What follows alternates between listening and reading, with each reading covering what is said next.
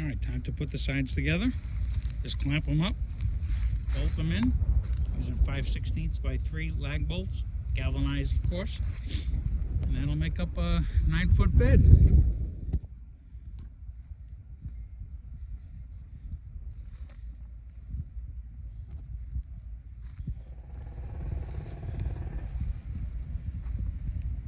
That's it. 2 beds are done.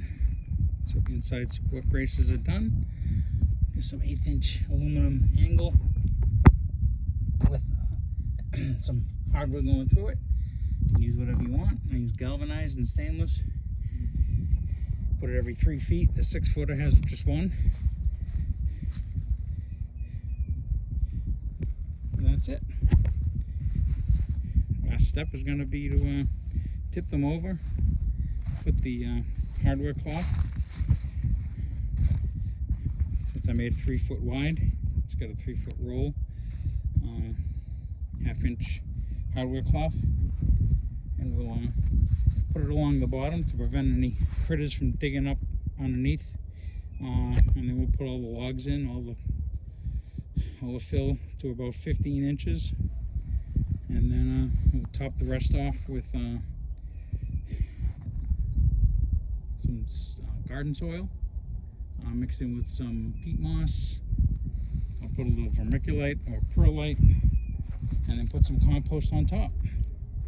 And then that'll be done. Plus I've got this other garden that I made a couple of years ago. More of a U-shaped garden I'm going to be planting, adding some more compost in. And I'm going to try to make it in line with the other ones that I made. I'm not sure exactly how I'm going to do it, but we'll figure it out. The hardware cloth stapled onto the bottom. Just staple it every, I don't know, foot or so along the bottom edge. Always best to flip it over first and then flip it back.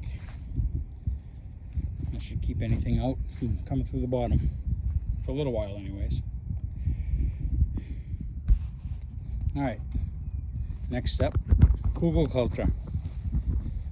Find a bunch of old logs, sticks, branches, whatever you can find, and just fill it in as tight as you can. It doesn't have to be that good, but just to take up that space, and it will act as a moisture battery, holding on to water during the rainy time, damp, and then the roots will reach down into that moisture all the time and help out your garden. And then after you do that, just find any debris, twigs, leaves, bunch of yard clutter that you find in the spring, and just throw it in there on top. Fill in all the gaps, and the next step will be to put the dirt on top, and then maybe 4 or 5 inches of compost on top of that, and we'll be ready for planting. All right, next step. I've got probably 4 inches of compost on top of there,